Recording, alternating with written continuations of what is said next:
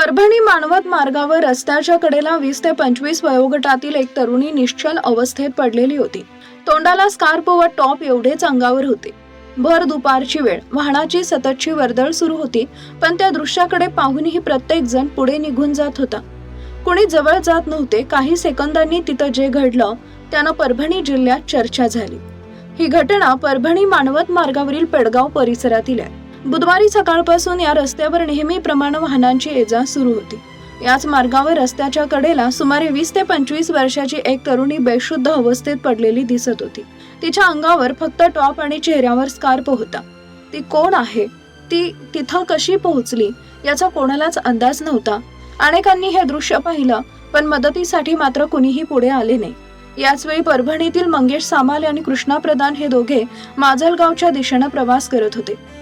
रस्त्याच्या कडेला पडलेल्या तरुणीकडे त्यांची नजर गेली आणि काहीतरी गंभीर घडलं असल्याची त्यांना जाणीव झाली.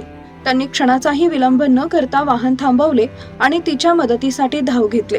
दोघांनी जवळ जाऊन पाहिलं असता तरुणी पूर्णपणे बेशुद्ध असल्याचं त्यांच्या लक्षात आले.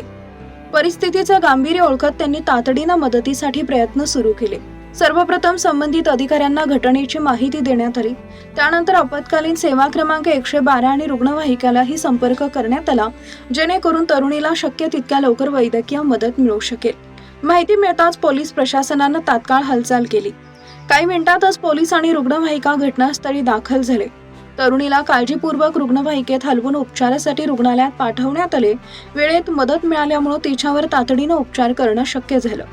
या घटनेनंतर मंगेश सामाले आणि कृष्णा प्रधान यांच्या तत्परतेचं सर्वत्र कौतुक होतंय.